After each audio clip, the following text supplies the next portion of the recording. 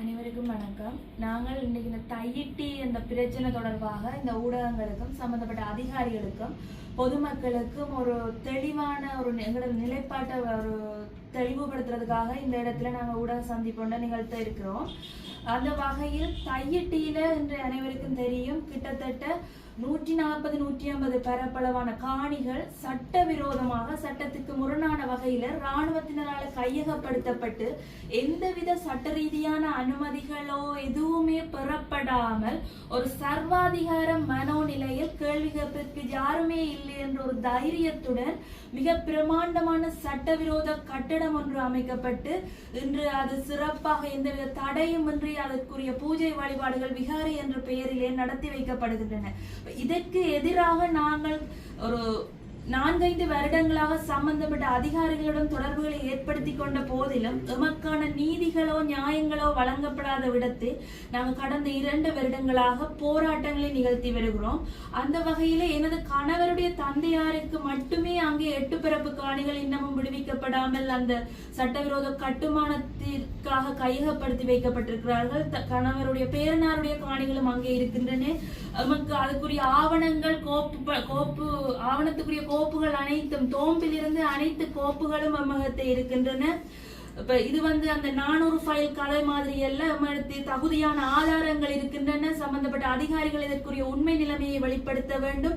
மற்றது கடந்த 31/1/2025 அன்று கச்சேரியிலே இடம்பெற்ற மாவட்ட அபிவிருத்தி ஒருங்கிணைப்பு குழு கூட்டத்திலே ஜனாதிபதி அவர்கள் பங்கு பெற்றிருந்தார்கள். அந்த இடத்திலே எமது பிரச்சனை எழுப்பப்பட்ட பொழுது அதற்கான மாற்றீட்டு காணிகள் வழங்கப்படலாம் என்ற ஒரு தொனிப்பொருளே ஆளுநரினாலும் டாக்டர் அர்ச்சுனா அவர்களாலும் நமது பிரச்சனை திசை திருப்பப்பட்டிருந்தது.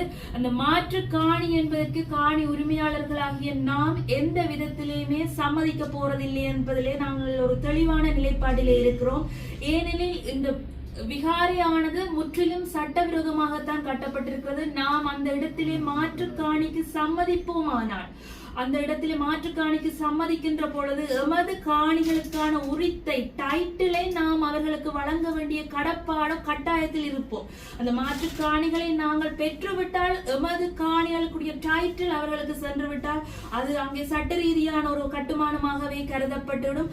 அதற்கு பின்னர் அந்த லேண்ட் அக்யூசிஷன் காணி சுவீகரிப்பு சட்டத்திற்கு கீழே செக்ஷன் 2479 அப்படி கணக்க செக்ஷன்கள் இருக்கு. அந்த செக்ஷன்களுக்கு கீழே ஒரு பௌத்த மதத்துக்கு அந்த உறுப்புரிமை சட்டம் 9 கூறப்படுகிற போது இந்த நாட்டின் முதன்மை மதமாக கருதப்படுகிற பௌத்த மதத்தை பேணி பாதுகாப்பதற்கு அரசு ஆவண செய்ய வேண்டும் என்ற அந்த உறுப்புரிமைக்கு கீழே நாம் அந்த டைட்டில் பொசிஷன் அதுகளை கொடுத்து விட்டால் எமது காணிகள் மேலும் அந்த விகாரையின் நலன் கருதி மேலதிக கட்டுமானங்களுக்காக ஏற்கனவே எம்மகத்தை இருக்கிற மிகுதி காணிகளையும் அவர்கள் சுவீகரிப்பதற்கு நாமே வழிகோல்வதாக அமைந்துவிடும்.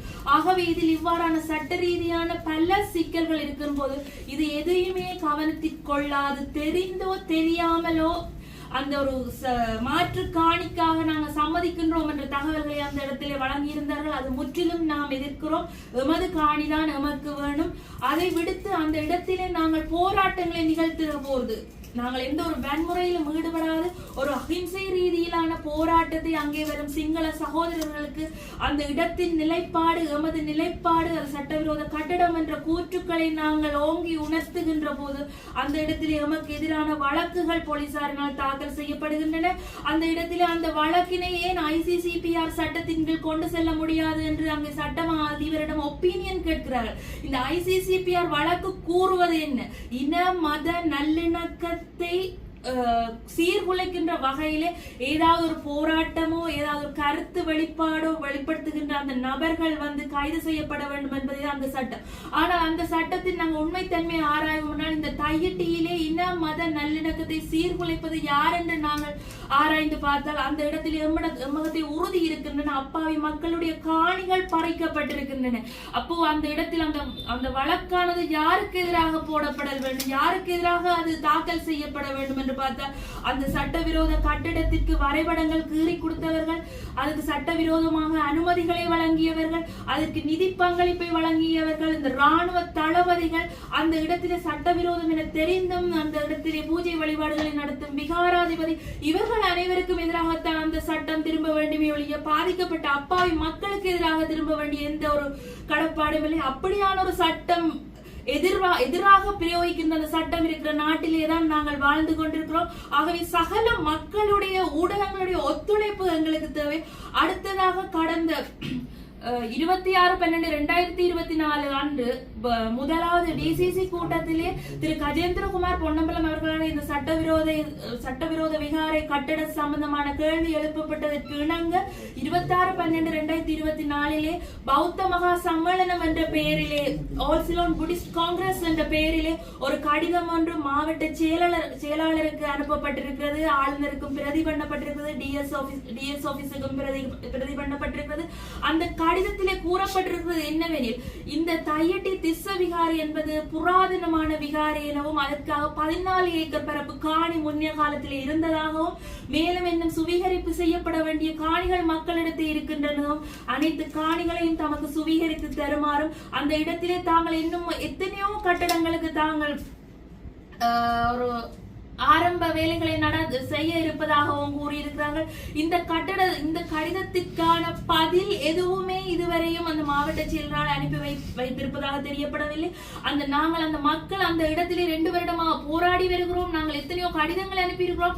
ஆனால் இந்த இப்படியான ஒரு கடிதம் வந்த செய்தி நமக்கு தெரியப்படுத்தி இருக்க வேணும். கடைசி அந்த 31/1/2025 அந்த டிசிசி மீட்டிங்ல இந்த பிரச்சனை வந்து காரசாரமா விவாதிக்கப்படைக்குள்ள அந்த மாவட்ட செயலாளராலேயோ சம்பந்தப்பட்ட அதிகாரிகளால் இந்த விடயம் ஜனாதிபதியின் கவனத்துக்கு கொண்டு வந்திருக்க வேண்டும். அல்லது இதன் உண்மைத்தன்மைகளை இப்ப ஓரிரு மாதங்களுக்கு முன்னர் ஒரு சிங்கள அமைப்போ சிங்கள மக்கள் என்ற ரீதியிலேயும் ஒரு கடிதம் வந்திருந்தது. யாழ்ப்பாணத்துல நமக்கு காணிகள் இருந்தன, அதுக்கான அதுகளை நமக்கு மீள தருமாறு கோரி கடிதம் வந்திருந்ததுல அந்த இடத்திலே உடனே பதிலளித்திருக்கிறார்கள். உங்களிடம் உறுதிகள் இருந்தால் அதை உறுதிகளோட காண்பியுங்கள் என்ற ஒரு பதில் கடிதம் வழங்கி இருக்கு. அதே மாதிரி இந்த கடிதத்துக்கும் அவர்களது உறுதிகளை கோரி நீங்கள் ஒரு பதில் கடிதம் வழங்க வேண்டும். அப்படி அவர்களிடம் எங்களிடத்தே உறுதி இருக்கிறது, எங்களது உறுதியின் உண்மை தன்மையை நீங்க கச்சேரியிலே பெற்றுக்கொள்ளலாம். தோம்பில் இருந்து கிட்டத்தட்ட 100 ஆண்டுகளுக்கு மேற்பட்ட வரலாற்றை கொண்டது நமது காணிகள். அப்படியே பூர்வீகமாக நாங்கள் வாழ்ந்த இடங்கள். அவர்களிடத்தை அவர்கள் கூறுகிறார்கள் தங்களுக்கு தேவநம்பிய தீசன் காலத்தில் இருந்து இந்த விகாரை இருந்திருக்கிறது என்று. அப்படியானால் அவர்கள் தேவநம்பிய தீசன் அவர்களுக்கு வழங்கிய உறுதிகளை காட்டட்டும் பார்க்கலாம், அவர்கள் சான்றுகளை காட்டட்டும். மாவட்ட செயலாளரும் ஆளுநரும் இதுக்கான விசாரணைகளை தீவிரப்படுத்தவர்கள். அவர்களிடம் உறுதி இருக்கின்றால் அது சர்வே பிளான் இருக்கின்றால் அதன் உண்மைத்தன்மையை ஆராய வேண்டும். அப்படி அவர்களிடம் தவறு இருக்கிற இடத்தை அவர்களுக்கு சரியான தண்டனை, இப்படியான போலி ஒரு முடிவை நெருங்கி கொண்டிருக்கிற கட்டத்தில் இந்த போலியான செய்திகளை பரப்பி மக்களை திசை திருப்புவர்களுக்கு தகுந்த கண்டனங்கள் வழங்கப்பட வேண்டும். அவ்வாறே அது தேவநம்பிய தீசன் காலத்து விகாரையனில் தொல்பொருள்களை காட்டுங்கள். எங்களுக்கு அது அழிவடைந்திருந்தாலும் அதன் சிதைவுகள் இருந்தாலும் அதுகளை காட்டுங்க. தொல்பொருள் சட்டத்தில் கூட அது அழிவடைந்திருந்தால் அந்த அழிவுகள் சிதைவுகள் தான் பாதுகாக்கப்பட வேண்டுமே ஒழிய அந்த இடத்தில் நீங்கள் ஒரு புதிய விகாரையை ஒரு கட்டுமானத்தை தொல்பொருள் சின்னமாக கருதி காட்டிவிட்டு அதை பாதுகாப்பதற்கு இத்தனை ஆயிரம் படையினர்கள் இவ்வளவு அரசு அதிகாரிகளின் துணையுடன் அப்படி அதை பாதுகாப்பதற்கு எந்த இடத்திலேயுமே சட்டம் இல்லை. அது அவ்வளே நாங்கள் இந்த இடத்திலே நாங்கள் கேட்டுக்கொள்ள இருக்கிற இந்த ஊடகங்கள் எங்களுக்கு பெரும் பங்காற்றி இருக்கிறார்கள். எங்களுடைய போராட்டத்தை வெளியுலகுக்கு கொண்ட ஒரு நன்றி உணர்வோடு நாங்கள் இந்த ஊடகங்களை பார்க்கிறோம். மேலும் வருகின்ற 12ஆம் தேதி பூரணி தினத்தை முன்னிட்டு நாங்கள் எங்களது வளமையான தொடர்ச்சியான போராட்டத்தை அந்த இடத்திலே முன்னெடுக்க இருக்கின்றோம். முதல் நாள் பின்னேரம் 11ஆம் தேதி மாலை 4 மணியிலிருந்து 12ஆம் தேதி மாலை 6 மணி வரை நமது போராட்டத்தை நாங்கள் முன்னெடுக்க இருக்கிறோம். அப்படி அந்த போராட்டத்துக்கு சகல அமைப்புகள், இந்த காணி விடுவிப்புக்கான அமைப்பு ஒன்று இருக்கிறது பால் என்று சொல்லி அந்த அமைப்பினர், மற்றது வழிவடக்கில மீள்குடியேற்ற சங்கத்தினர், மீனவ சங்கத்தினர் மற்றும் இந்த பேருந்து சங்கத்தினர், முச்சக்கர வண்டி சாரதிகள், ஓட்டுநர் சம்மேளத்தினர், சகலரும் பெண்கள் அமைப்பினர், சன சமூக நிலைய வழிவடக்கில் உள்ள சன சமூக நிலையங்கள் சகலரும் எங்களுக்கான ஆதரவுகளை வழங்கி அந்த இடத்திலே மக்கள் போராட்டமானது மிகச் சிறந்த முறையில் முன்னெடுக்கப்பட்டு எமது உறுதி நிலைமை நிலைநாட்டப்பட வேண்டும். அதற்காக சகலரும் எங்களுக்கு ஒத்துழைப்பை வழங்கி தொடர்ந்து உங்களால் நிற்க இயலாவிட்டாலும் ஒரு 12ஆம் தேதி மதியம் 2 மணியிலிருந்து 6 மணி வரை உங்களது பூரண ஒத்துழைப்புகளை எங்களுக்கு வழங்க வேண்டும். தெரிந்தோ தெரியாமலும் அரசு அதிகாரிகள் நிறைய தவறுகள் இழைத்து விட்டார்கள். இந்த கட்டணம் சம்பந்தம் அவர்கள் தங்களது தவறை உணர்ந்து இனிமேலாவது தங்களது தவறை நிவர்த்தி செய்து சம்பந்தப்பட்ட ஆவணங்கள் சம்பந்தப்பட்ட அதிகாரிகளுக்கு சமர்ப்பிக்கப்பட வேண்டும். ஜனாதிபதி இடத்தை இந்த பிரச்சனைகள் கொண்டு செல்ல வேண்டும். உறுதியான ஆவணங்கள் சமர்ப்பிக்க வேண்டும் என்று கேட்டுக்கொள்கிறோம். அதை விடுத்து தெரிந்தோ தெரியாமல் இந்த நாவற்குழியிலே அது ரயில்வே திணைக்களத்துக்கான காணி என்று சொல்லி அந்த காணியில விகாரை கட்டியிருக்கிறீர்கள். இன்று தெரிந்தோ தெரியாமலோ தையட்டிலே கை வைத்து விட்டீர்கள். தையட்டி மக்கள் நீங்கள் இடை போட்டது போல சாதாரண மக்களில் நாங்கள் பல பல வரலாறுகளை கொண்ட மக்கள். எமது முதியோரின் ஆசையுடன் நாம் இந்த போராட்டத்தை செய்கிறோம். இந்த போராட்டம் வலுப்பெற வேண்டும். சகல மக்களினதும் ஊடகங்களினதும் ஆதரவு தேவை. இன்றைய இந்த நிலமீட்டு தையிட்டிலே நாம் நிலம் மீட்பது என்பது ஒரு வரலாறாக அமைய வேண்டும். விட்டு கொடுத்தோமே ஆனால் நாளைக்கு இன்னொரு இடத்திலே இருந்தவங்க காணி சுவீகரிப்பதற்கு தையிட்டி நாளைக்கு ஒரு உதாரணமாக அமைந்துவிடும். அப்படி அமைவதை நாம் யாருமே விரும்பவில்லை. தையிட்டி தமிழர் பூமி என்பதை நாம் மீண்டும் நிலைநாட்ட வேண்டும். இந்த போராட்டங்கள் மூலம் நாங்கள் நமது வெற்றியினை பதிவு செய்து ஒரு வரலாறாக அமைய வேண்டும் என்பதை கேட்டுக்கொள்கிறேன். நன்றி. நாங்கள் ஆரம்பத்தில் ஒரு பெரிய ஒரு உதாரணமான பிரச்சனையாக மாறப்போன்னு நாங்கள் எதிர்பார்க்கவே இல்லை. எங்களோட காணிக்குள்ள நாங்கள் நிற்கும் போது அந்த காணியில் வந்து ஒரு சின்ன ஒரு கட்டிடமாக அமைக்கப்பட்ட கட்டிடம் இது பெரிய ஒரு பிரச்சனையாக மாறி இருக்கிறது. நாங்கள் இது தொடர்பாக இந்த எலெக்ஷனுக்கு முதல் எல்லா கட்சிகளுடையும் இது சம்பந்தமாக காத்திருக்கிறோம். குறிப்பாக முன்னரே எதிர்பார்க்கப்பட்ட மாதிரி என்பிபி தான் இந்த ஆட்சி அமைக்க போகிறது என்ன எதிர்வு கூறப்பட்ட காரணத்தினால நாங்கள் யாழ்ப்பாணத்தில் போட்டியிடுற என்பிபி கட்சியின் வேட்பாளர்களுடன் தனித்தனியே சந்தித்து கலந்துரையாடினோம். இப்படியான பிரச்சனை இருக்குது வாங்க பாருங்கன்னு சொல்லி ஒவ்வொருவரும் சொன்னது நாங்கள் எலெக்ஷனில் வெல்றோம், வெண்டா பிறகு வந்து உங்களுக்கான நீதி நாங்கள் பெற்று தருவோம், பழைய ஆட்கள் மாதிரி நாங்கள் செயற்பட மாட்டோம், உங்களோட நிற்போம். நாங்கள் நிற்கிறது யாழ் மாவட்ட பிரதிநிதியாக, நாங்கள் என்பிபியின் பிரதிநிதி அல்ல என்று கூறிய அந்த 3 பேர் இன்று எம்பியாக இருக்கிறார்கள். அந்த 3 எங்களுக்கு நான் தனிப்பட அந்த 3 பேருடன் தனிப்படையே கதைத்திருக்கிறேன், 2 வரை கதைத்திருக்கிறேன். எனவே அவர்கள் இந்த போராட்டத்துக்கு எங்களுக்கு சார்பாக வந்து எங்களுடன் அங்கே நிற்க வேண்டும். ஏனென்றால் அவர்கள் வந்து என்பிபியின் எம்பிக்கள் என்பதற்கு அப்பால் அவர்கள் வந்து யாழ் மாவட்டத்தில் எங்களால் தெரிவு செய்யப்பட்ட பிரதிநிதிகள். அவர்கள் எங்களுடன் நிற்க வேண்டும். இல்லை என்றால் அவர்கள் விலக வேண்டும். எங்களோட பிரச்சனையை நாங்கள் அந்த இடத்துல சரியாக முன்வைக்க தவறுற பட்சத்தில் அவர்கள் வெளிப்படையாக இது பெரிய ஒரு எழுச்சியாக அமையும். என்பிபியிலிருந்து தேர்தலில் வென்று வந்தவர்கள் யாழ் மாவட்ட பிரச்சனையை நாங்கள் கொண்டு செல்ல முடியாமல் இருக்கிறது. எனவே நாங்கள் இதிலிருந்து விலத்துவோம் என சொல்லணும். இல்லை என்றால் நேரடியாக அவர்கள் அந்த போராட்டத்தில் எங்களோட தோளோடு தோளாக நின்று போராட வேண்டும். அதே போன்று தமிழ் கூட்டமைப்பாக இருந்து இப்பொழுது தமிழரசு கட்சி திக்காக ஒரு கட்சியாக பிரிந்திருக்கிறார்கள். அனைத்து கட்சியை சேர்ந்தவர்களும் இந்த போராட்டத்தில் எங்களோட ஒரு எங்களுக்கு பின்னால் எங்களுக்கு முன்னால் 2 போராடக்கூடிய ஆட்களாக இருக்க வேணும். இதில் பெரும் பங்கு தமிழரசு கட்சிக்கு இருக்கு. என்னென்னா அந்த குறிப்பிட்ட விகாரை அமைக்கப்பட்ட போது அந்த பிரதேச சபையில் அந்த உள்ளூராட்சி சபையில் பொறுப்பாக இருந்தவர் வந்து தமிழரசு கட்சியை சேர்ந்த ஒருவர் தான் பொறுப்பாக இருந்தார். எனவே இந்த கட்டடம் அமைக்கப்படும் போது சட்டவிரோத கட்டிடம் என நாங்கள் எத்தனையோ தடவைகள் அவர்களுக்கு சொன்ன போதும் நாங்கள் இதுக்கு வழக்கு போடுறோம்னு சொல்லி ஏற்கனவே எங்களுக்கு சொல்லப்பட்டது. நாங்கள் நினைத்தோம் இது பிரதேச சபை ஒரு மதில கூட சட்ட அனுமதி இல்லாமல் கட்டினால் உடைத்தருகிற பிரதேச சபை நிச்சயமாக இந்த கட்டிடத்தை கட்ட விடாது வழக்கு போடுகிறோம் என்று எதிர்பார்த்திருந்தோம். ஆனால் எங்களுக்கு பின்னர் தான் தெரியும் இல்லை அவ்வாறு எந்த ஒரு வழக்கம் போடப்படவில்லை என அறிகிறோம். இல்லை வழக்கு போடப்பட்டது அல்ல வழக்குக்கான முன்னேற்பு செய்யப்பட்டனால் அதற்கான ஆதாரங்களை எங்களிடம் முன்வைக்க வேண்டும். ஏனென்றால் தமிழரசு கட்சிக்கு இதுக்கு பெரும் பங்கு இருக்கு. என்றால் அந்த நேரம் குறிப்பிட்ட பிரதேசத்துக்குரிய உள்ளூராட்சி சபையை தங்களோட கட்டுப்பாடுக்கு வச்சிருந்தது தமிழரசு கட்சி தான். அடுத்ததாக தமிழ் காங்கிரஸ் என்று எனக்கு உண்மையில தமிழ் காங்கிரஸ் இப்போ வேறு பேரில் இறங்கினாலும் நாங்கள் தமிழ் காங்கிரஸ் என்று சொல்லிக்கொள்வோம். கஜேந்திரகுமார் பொன்னம்பலம் தலைமையிலான கட்சியினர் அவர்கள் ஓரளவு எங்களுக்காக கலைக்கிற நிலைமை ஒன்று இருக்குது. இப்போ கடைசியாக நடந்த டிசிசி மீட்டிங்லையும் கஜேந்திரகுமார் பொன்னம்பலம் அவர்கள் தான் கௌரவ பாராளுமன்ற உறுப்பினர் அவர்கள் தான் இது சம்பந்தமாக வெளியில் கொண்டு வந்திருந்தார். ஆனால் வெளியில் கொண்டு வந்தாலும் அதுக்கு உதவியாக யாருமே அவருக்கு எங்களுக்கு சப்போர்ட் பண்ண காணல. இப்போ குறிப்பாக அங்கே பாராளுமன்ற உறுப்பினர் ஸ்ரீதரன் இருந்தார், என்பிபி கட்சியை சேர்ந்த 3 பேரும் இருந்தார்கள். இவர்கள் எல்லாரும் யாழ் மாவட்டத்தின் பிரதிநிதிகள். அவர்கள் எங்கள் பிரச்சனையை கலைக்க வேண்டியவர்கள், ஆனால் அவர்கள் கலைக்கவில்லை. எனவே எங்களுடைய இந்த போராட்டத்துக்கு சகல தரப்பினரும் எங்களோட தோளோடு தோள் நிற்க வேண்டும். சுயேட்சையாக போட்டியிட்டு வென்றவரை பற்றி நாங்கள் பெரிதாக நாங்கள் கலைக்க தேவையில்லை. அவர் ஒரு பிரதேசத்துக்குள்ளிருந்து தெரிவு செய்யப்பட்டவர், அந்த பிரதேசத்துக்குரிய ஆளாக இருக்கட்டும். ஆனால் யாழ் மாவட்டத்திலிருந்து ஏனைய கட்சி சார்பாக போட்டியிட்டவர்கள் எல்லா இடத்திலிருந்து போட்டியிட்டார்கள். எனவே அவர்கள் எங்களோடு நிற்க வேண்டும். அதே போன்று யாழ் பல்கலைக்கழக மாணவர்கள் முன்னொரு காலத்தில் ஒரு பிரச்சனை என்றால் யாழ் பல்கலைக்கழகம் அந்த பிரச்சனையை மிக உதாரணமாக்கி அந்த எங்களுக்கு ஒரு மிக ஒரு பலமான ஒரு அணியாக எங்களோட இருந்த அமைப்பு. யாழ் பல்கலைக்கழகம் வந்து போராட்ட காலத்திலும் சரி, அதுக்கு பின்னரான இயற்கை அனர்த்தங்களின் போதும் சரி, முழு ஆதரவை வழங்கிய அந்த பல்கலைக்கழகம் இன்று செயலிழந்து நிற்பது எங்களுக்கு மிகுந்த வேதனை தருகிறது. ஒரு பலமான அமைப்பு, மாணவர் படையணி. ஆனால் ஸ்டோன் பெஞ்சுக்கு அப்பாற்பட்ட பிரச்சனைகள் நிறைய இருக்கு என்பதை அவர்கள் உணர்ந்து கொள்ள வேண்டும். தயவு செய்து நீங்கள் எங்களோட வாருங்க, எங்களோட போராட்டத்துக்கு தோல் விடுங்க. நீங்கள் தான் முன்னுக்கு வர வேண்டிய ஆட்கள், வருங்கால சமுதாயத்தை கட்டி எழுப்ப வேண்டிய யாழ் மாவட்டத்தின் தூண்கள் நீங்கள். எனவே இந்த பிரச்சனைகளை ஆராயுங்கள். சிங்கள மாணவர்கள் உங்களுடன் படிக்கிறார்கள், சிங்கள மாணவர்களுக்கு சிங்கள மொழியில சில விடயங்களை எடுத்து கூறுங்கள்.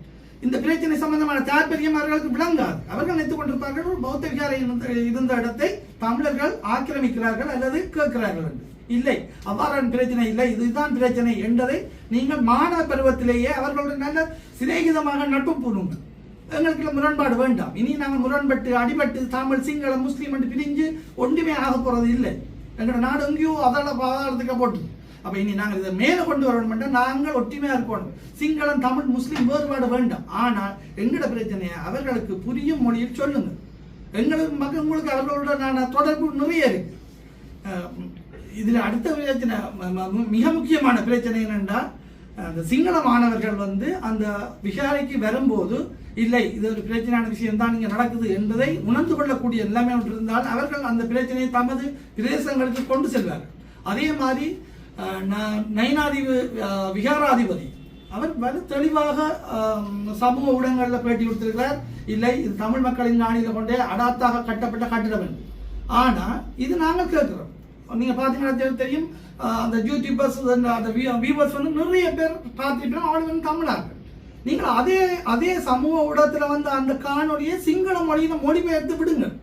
ஏன்னா சிங்கள மீடியா போய் அடையவன், சிங்கள மக்களை போய் அடையவன்.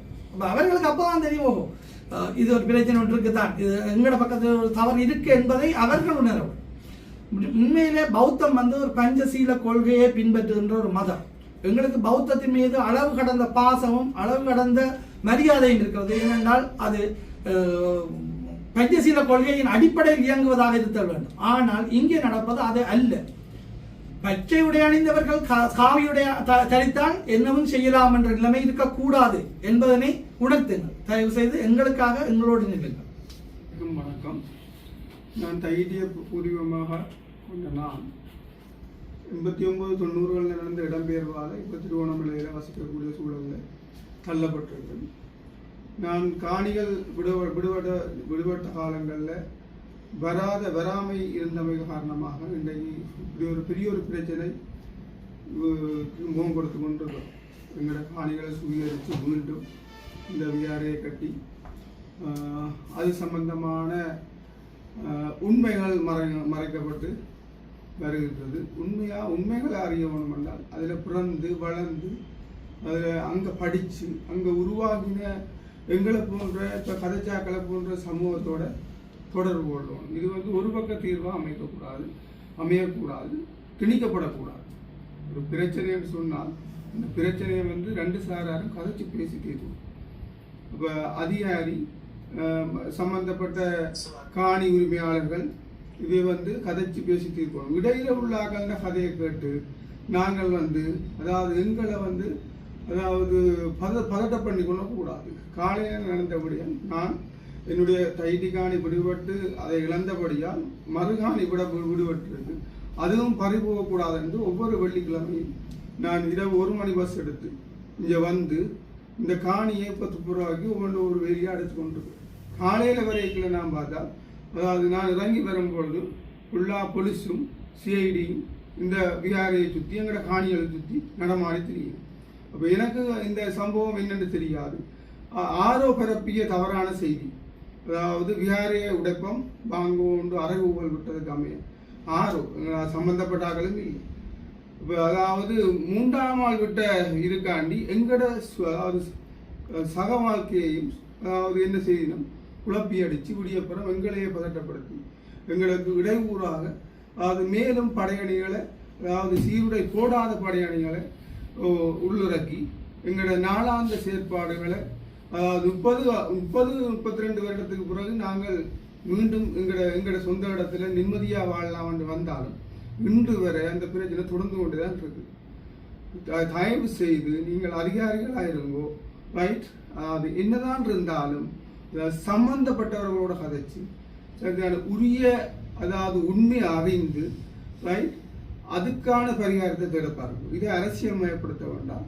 ஆனால் என்ன பிரச்சனைன்னு சொன்னால், அதாவது இந்த புதிய அரசாங்கம் அதாவது அதாவது எதிர்கட்சி இல்லை, ரைட், அதாவது கேட்கறதுக்கு ஆள் இல்லை, ரைட், ஒன்றும் தேவையில்லை, நாங்கள் எல்லாம் சும்மா வாழுவோம், சரியான ஒரு இனம் ஒரு மதம் மட்டும் வாழுவோம் என்று சொன்னால் பிரேமத்துக்காண்டி மதத்துக்காண்டி அதாவது இன்னும் ஒரு கோயிலுக்கு போகிற பாதையை மறைச்சு, ரைட், இந்த அதாவது மறைச்சு அந்த பாதையை உங்களோட மதத்துக்குரிய கோயிலுக்கு திருப்புறது என்றால் அது எங்கே போய் அந்த அந்த நீங்கள் சொல்கிறதுக்கும் செயலுக்கும் இன்னும் சம்மந்தம் இருக்கும்.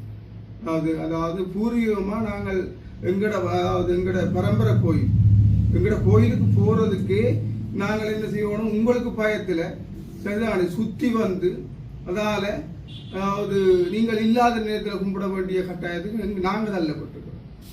ஆனால் இன்றைக்கு பார்த்தால் உங்களோட அதாவது எங்களை மக்களை நம்பி ஓடுற பஸ் கூடி, ரைட், அந்த விகாரைக்கெல்லாம் நிற்குது, ரைட். அப்போ அதாவது ஒரு இராணுவம் ஒரு நாட்டு இராணுவம் ஒரு நாட்டு அதாவது காவல்துறை என்று சொன்னால் அந்த நாட்டு மக்களை பாதுகாக்கணும்.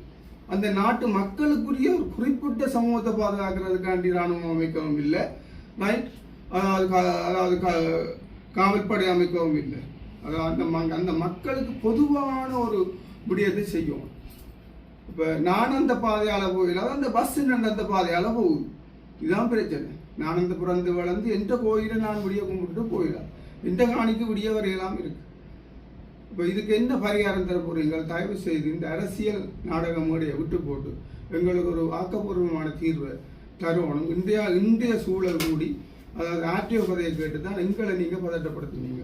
இப்போ இதுகளை நாங்கள் நெடுகளும் சொல்லிடாது, இந்த ஊடகங்களுக்கு ஊடாக உங்களுக்கு நாங்கள் அறியத்தாரோம். எங்களுக்கு அதாவது எங்களோட சேர்ந்து இந்த உண்மை மறைக்கப்படுகின்றது, ரைட். நான் 68ஆம் ஆண்டு பிறந்தேன், 68ஆம் ஆண்டு பிறந்தேன். நான் அறியக்கூடிய வயது 5 வயதுல இருந்து அதாவது அப்படி ஒரு நிகழ்வு அப்படி ஒரு இடம் அதில் இருக்கே இல்லை. ஆனால் அதுக்குரிய சிறிய இடம் இப்போவும் இருக்குது. அந்த இடம் தான் அதுக்கு அந்த விகாரைக்குரிய இடம். இது நான் படித்து இங்கே தான் நடேஸ்வரா கல்லூரியில் படித்து யாழ் பல்கலைக்கழகத்தில் படித்து நான் இன்றைக்கு ஒரு டீச்சராக இருக்கிறேன், ரைட். அப்போ அந்த மண்ணை புராண்டி அந்த விகாரை இருக்கிற மண்ணை புராண்டி சல்லியரித்து வித்து தான் நான் படித்தேன். அதில் ஒன்றுமே இருக்கே இல்லை, சரி. அப்போ என்ன போன்ற இந்த வயதில் உள்ளவர்களை விசாரித்து இது உண்மையாக பொய்யாண்டது நீங்கள் அறிந்து கொள்ளுங்க. இடையில இருக்கிறது ஆக்களை கேட்டு சும்மா யாரையும் நீங்களும் பதட்டப்பட்டு நாங்களும் பதட்டப்பட வேண்டிய அவசியம் இல்லை. இது ஒரு நல்ல ஒரு தீர்வை கண்டு தரும்படி அதாவது எல்லா ஊடக சமூகத்தையும் கேட்டுக்கொள்கிறேன். இதை இந்த ஊடகத்துக்கூடாக அதாவது சம்பந்தப்பட்டவர்களுக்கு தெரியப்படுத்தவும், எங்களுக்கு தெரியப்படுத்துறதுக்கு என்ன பிரச்சனைன்னு சொன்னால் அது சிங்கள பிரச்சனை. சிங்கள மொழியில் நாங்கள் கதைக்க வலிக்கிட்டால் உண்மையை நாங்கள் கதைக்கலாம். உண்மையை கதைச்சால் சிங்கள மக்களும் இது ஏற்றுக்கொள்வார்கள், ரைட். மொழி பிரச்சனை ஒன்று இருக்கு. அப்படி நாங்கள் அப்படி கதைக்கிறேன்னு சொன்னால் அதாவது ஒரு மொழிபெயர்ப்பாளரை வச்சு நேரடியாக நேருக்கு நேர் கதைச்சு இந்த பிரச்சனையை தீர்க்கிறான் ஆக்கப்பூர்வமான வழி. இந்த பிரச்சனையை எடுத்துக்கொண்டு போய் அதாவது இன்னும் நாட்டை அதர பாதாளத்துக்களை விடாதீங்கோ. நாங்களும் இந்த நாட்டில் தான் வாழ போகிறோம், நீங்களும் இந்த நாட்டில் தான் வாழ போகிறீங்க. அது சொல்லிக்கொண்டு அதாவது இந்த உள்ள கிடக்கையை நிறுத்திக் கொள்கின்றேன். இயற்கையாகவே ஒரு பிரச்சனை இருந்தது. 2009 யுத்தம் நிறைவடைந்தாலும் 2009ஆம் ஆண்டுக்கு பின்னர் யுத்தத்தின் தொடர் நடவடிக்கையாக அல்ல 2009க்கு பின்னரான ஒரு 3 வருடத்துக்கு வரைக்குமான காலப்பகுதியில் காணாமலாக்கப்பட்டவர்கள் இருக்கிறார்கள் அல்லது பழிவாங்கப்பட்டவர்கள் இருக்கிறார்கள். இயற்கையாகவே மனிதனுக்கு இருக்கிற பயம் எங்களுக்கு ஒரு அது காரணமாக இருந்தது. ஆனால் இப்போ எங்களுக்கு ஒரு பக்கவெல்லாம் இருக்கணும். இப்போ கலைஞர் பொன்னம்பலம் அவர்களோட கட்சி வந்து உண்மையில போராட்டம் செய்தது. மக்கள் இருந்தார்கள், மக்கள் இருந்தது அவர்களுக்கு தெரியவில்லை. அவர்கிட்ட முகம் தெரிஞ்சது கட்சிக்கார்ட்ட தான் தெரிஞ்சது. அப்போ வெளியில் கலைக்கப்பட்டது என்னென்னா கலைஞர் பொன்னம்பலம் மட்டும்தான் போராட்டம் செய்கிறார். உண்மையில நான் சொல்றேன், என்னுடைய அப்பா தமிழரசு கட்சியின் மூத்த உறுப்பினர். அவர் கொல்லப்பட்டார் 85ஆம் ஆண்டு கொல்லப்பட்டார். எங்க மிகுந்தலையில் வச்சு அன்றாபுரத்தில் மிகுந்தலையில் வச்சு கொல்லப்பட்டார். அப்போ நான் கலைஞர் பொன்னம்பலத்தின் கட்சியின் உறுப்பினரும் இல்லை, அவருக்கு சார்பான ஆளும் இல்லை. நான் தமிழரசு கட்சிக்கார். ஆனால் கலைஞர் பொன்னம்பலம் அவர்கள் அந்த போராட்டத்தில் முன்னின்று உழைக்கிறத நாங்கள் நிச்சயமாக பாராட்டப்படும். ஏன்னா இப்போ மறைந்த தலைவரை நாங்கள் மறைந்த அப்புறம் குறை சொல்றதுக்கு யோசனை இல்லை. மாவட்டபுரத்தில் இருந்து கொண்டு தமிழரசு கட்சியின் தலைவரோ அல்லது தங்களோட கட்டுப்பாட்டுகள் வச்சிருந்த தமிழரசு கட்சியின் உள்ளூராட்சி மன்ற உறுப்பினர்களோ இந்த போராட்டத்தில் இந்த பங்களிப்பு செய்யவில்லை. அப்போ இதில் வந்து வெளியில் தெரிஞ்ச முகம் கஜேந்திரனையும் கஜேந்திரகுமார் பொன்னம்பலத்தையும் தான் நாங்கள் தெரிந்தது வழியா அவருக்கு பின்னால் இருந்தவர்கள் எல்லாரையும் அவரது கட்சிக்காரராகவே வெளி உலகம் பார்த்தது. ஆனால் அவ்வாறு ஆனது இல்லை. ஆனால் ஒரு சில பிரச்சனை காரணமாக உதாரணத்துக்கு அரசு உத்தியோகத்தர்கள் கடமை நேரத்தில் போராட்டத்தில் ஈடுபட்டால் வேலையிலிருந்து வேலையை இழக்க வேண்டிய நிலைமை கூட இருக்கிறது. அப்போ அந்த சட்ட ரீதியான பிரச்சனைக்காக சிலர் பின்னணியில் இருந்து இயங்கினார்களை ஒழிய முகம் காட்ட முடியாத சில சூழல் அப்போது இருந்தது. இப்பொழுது வந்திருக்கிற அரசாங்கம் வந்து சட்டம் அனைவருக்கும் சமன், சட்டத்தில் பாகுபாடு இல்லை. சிங்களவனுக்கு ஒரு சட்டம், தமிழனுக்கு ஒரு சட்டம் என்று இல்லை, பௌத்தத்துக்கு ஒரு சட்டம், இந்துக்கு ஒரு சட்டம் என்று இல்லை என்று சொல்ல போது நாங்கள் அதை நம்பி வந்திருக்கிறோம். என்ன நடக்க வேண்டும் நீ தான் பார்க்கும். கட்டப்பட்ட விகாரையை இடிக்க சொல்வது என்பது முட்டாள்தனம் என்றும் தையட்டி விகாரையை வைத்துக் கொண்டு அரசியல் செய்கிறார்கள் என்றும் டிசிசி மீட்டிங்கில் பேசப்பட்டிருக்கிறது. அந்த கருத்து தொடர்பாக ஒரு காணி உரிமையாளராக இருப்பார்கள். இல்லை என்னென்னா அது சுயேட்சையாக போட்டியிட்டு வச்சுக்கிட்ட வைத்தியரால் கூறப்பட்ட கருத்து. நிச்சயமாக இப்போ ஒரு கட்டிடம் வந்து சட்ட ரீதியாக கட்டப்படவில்லைன்னா அது உடைக்கப்படத்தான் வேண்டும். இப்போ ஒரு இடத்தை ஆக்கிரமிக்க வேண்டும் என நினைத்தால் இரவிரவாக வந்து ஒரு பௌத்த விகாரியை கட்டிவிட்டால் அந்த இடம் முழுக்களும் ஆக்கிரமிக்கலாம் என்ற ஒரு கருத்தை இது மேலும் வலுப்படுத்துவதாக அமைந்துவிடும். முன்னர் கூறப்பட்டது 6000 தொகை 8000 பௌத்த விகாரைகள் கட்டுவதற்கான ஒழுங்குகள் மேற்கொள்ளப்படுகிறது என்று. பழைய அரசாங்கத்தில் அதன் பௌத்த விகார அமைச்சராக இருந்தவர் முன்னின்று செயல்பட்டவர் விகாரைகளை அமைப்பது. ஏன் விகாரைகள் அமைக்க வேண்டும்? அதுவும் பௌத்தர் இல்லாத இடத்துல பௌத்த விகாரை. எங்களோட நல்லூர்ல இருக்கிற நல்லூர் கந்தசாமி கோயிலுக்கு நான் நினைக்கிறேன் தேருக்கு 5 தொகம் 8 லட்சம் வரையிலான மக்கள் ஒரு நாள் வந்து போற ஒரு கோயிலுக்கே இல்லாத காணி இந்த பரப்பளவு ஏன் அந்த விகாரைக்கு தேவை? ஆட்கள் இல்லை, பௌத்தர் இல்லை, பஸ்ஸில் வந்து இறங்குவர்கள் மட்டும். ஆனால் 14 ஏக்கர் இருக்கிறார்கள். நாங்கள் வெறும் 20 பரப்பில் இருந்த காணியிலே 6 ஏக்கராகி இப்போது 14 ஏக்கர்ல வந்து நிற்குது. அப்போ இதுல இருந்து ஒன்று விளங்கிக் கொள்ளணும். ஒரு ஒரு ஒரு புற்றுநோய்க்கான கட்டி அங்கே உதயமாகிறது என்பதனை விளங்கிக் கொள்ள வேண்டும். சில விடயங்கள் வந்து தனிப்பட்ட தாக்குவதற்கு எனக்கு விருப்பம் இல்லை. தனது தனிப்பட்ட பிரச்சனைக்காக தனது மனைவியை இன்னொருடன் நினைத்து கூட தயாராக இருக்கும் ஒருவரால் வைக்கப்படும் கருத்துக்களுக்கு நாங்கள் முன்னுரிமை அளிக்க வேண்டிய தேவையில்லை என்று நான் கருதுகிறேன். அரசாங்கம் வந்து இந்த விகாரையை இடிக்க முடியாது என்ற ஒரு நிலைப்பாட்டை எடுக்கமாக இருந்தால் உங்களோட நிலைப்பாடு என்ன? வேறு பௌத்த மகாசங்கம் வந்து சொல்லியிருக்குது தையட்டியை சூழ இருக்கிற எல்லா அரசாங்கம் வந்து விகாரையை அடிக்க முடியாது, நீங்கள் மாட்டுக்கணியை தான் எடுக்க வேணும்னு சொல்லி ஒரு நிலைப்பாட்டில் உறுதியாக இருந்தால் உங்களோட நிலைப்பாடு எப்படி இருக்கு? இல்லை, அது நிச்சயமாக ஏற்றுக்கொள்ள முடியாது. என்னென்னா இப்போ இது வந்து பலர் 17 பேர்கிட்ட காணி உள்ளடங்கி தான் இருக்கிறது. இப்போ அந்த முடிக்குரிய இடம் என்று சொல்லப்படுற அந்த பௌத்த விகாரை கட்டப்பட்டிருக்கிற அந்த கட்டிடம் வந்து ஒரு 3 வரப்பு காணிக்குள் அந்த கட்டிடம் அமைக்கப்பட்டிருக்கிறதா வைப்போம். அந்த காணிக்குரியவர் யார் என்பது அடையாளம் காணப்பட வேண்டும். ஏன்னா அந்த முடிவு எடுக்க வேண்டியது அந்த காணி அந்த ஸ்பாட்ல யார் அந்த இடத்துக்குரியவர் அவர் முடிவு எடுக்கணும். நான் இன்னொரு அந்த காணிக்குரிய முடிவை எடுக்க முடியாது. எனவே நான் என்னுடைய காணி அவருக்கு வராது என்பது எனது அன்னளவான ஒரு அந்த காணியை மெப்ப வச்சுக்கொண்டு நான் சொல்லுவேன். அந்த காணி வராது, அதனுடைய இன்னொரு அந்த காணியை அது உடைக்கக்கூடாது சரியில்லை தானே என்று சொல்லுவது நியாயமற்றது. ஆனால் அப்படித்தான் உடைக்கக்கூடாது நிலைமை வருமாக இருந்தால் அந்த முடிக்குரிய இடத்தை மட்டும் எல்லைப்படுத்தினால் ஏனைய உடனடியாக விடலாம். ஆனால் அவர்கள் என்ன செய்து வச்சிருக்கிறார்கள் என்றால் விகாரைக்குரிய முடிக்குரிய இடத்தை ஒரு காணின்ற ஒரு மூலைக்கை, அந்த விகாரைக்குரிய விகாராதிபதிக்கு தங்குற இடத்தை இன்னொரு மூலைக்கிளையும், அரசமரத்தை கொண்டே இன்னொரு 3வது இடத்துலையும் அவர்களுக்கான அந்த கழிவறையை கொண்டே 4வது இடத்துலையும் கட்டி வைத்திருக்கிறார். அதனுடைய அந்த அவலத்தையும் பிடிக்கணும் மிக துல்லியமாக திட்டமிட்டு அந்த காரியம் நிகழ்த்தப்பட்டது. ஆளுநர் வந்து உங்களை காணி உரிமையாளர்களை சந்தித்ததாகவும் நீங்கள் வந்து மாற்றுக் காணி பெற இணங்கிவிட்டதாகவும் வந்து ஒருங்கிணைப்பு கூட்டத்தில் தெரிவித்தார். அப்போ இந்த கருத்து பொய்யா? பொய் சொல்லப்பட்ட விடயம் வேறு, அவர் அதை வெளியே சொன்ன விதம் வேறு. அவர் அவசரப்பட்டு விட்டார் என்று கூறினது அவசரப்பட்டு விட்டார். ஆனால் சொல்லப்பட்ட விதம், நாங்கள் கேட்ட விதம் வேறு, அவர் சொல்லிய விதம் வேறு. ஏனென்றால் 105 பரப்பு 105 பரப்பு 6 ஏக்கர் காணி அவர்கள் முற்று முழுதாக பிடித்து வைத்திருக்கிறார். அப்போ 6 ஏக்கர் காணிக்கு பதிலாக 18 நாங்கள் சொன்னால் அந்த அந்த ஏற்கனவே விகாரை இருந்த காணியை முதல் பொதுமக்களுக்கு கொடுங்கள் என்று சொன்னது. அது காரணம் ஒன்று இருந்தது. என்னென்றால் விகாரை கண்ட காணி புரிம்பாக இருக்கிறது, இது பொதுமக்களின் காணி என்பதனை ஒரு அரச அதிகாரியின் வாயால், அதுவும் ஜனாதிபதியின் நேரடி பிரதிநிதி, ஜனாதிபதிக்கு உள்ள அதிகாரம் கிட்டத்தட்ட வட மாகாணத்தில் எங்களோட ஆளுநருக்கு இருக்கு. அப்ப கௌரவ ஆளுநரால அந்த காரியம் வந்து அவர் சொன்ன விதம் வந்து பொதுமக்களின் காணியில் விகாரை அமைக்கப்பட்டிருக்கு, அதுக்கு பதிலாக ஏற்கனவே விகாரை இருந்த காணியை அவர்கள் பெற சம்மதித்துள்ளார்கள் என்று சொன்னதன் ஊடாக எங்கள் காணிக்குள் விகாரை அமைக்கப்பட்டிருக்கின்ற கூற்று நிரூபணமாகிறது. எனவே நாங்கள் இப்போ சட்ட நடவடிக்கை எடுக்க வந்து நாங்கள் எடுக்க தேவையில்லை, ஆளுநர் எடுக்கலாம். நாங்கள் தனித்தனி எடுக்க தேவையில்லை. நாங்கள் வழக்கப்பட்ட ஒரு சிவில் வழக்கு முடிகிறது கிடையில அந்த படத்தில் சொன்ன மாதிரி எதிராளியும் செத்துடுவான், வழக்காளியும் செத்துடுவான், வாய்தா மட்டும் இருக்குமான்னு சொல்லி அது ஈடுபட்டு கொண்டே போகிற சந்தர்ப்பம் தான் இருக்கு.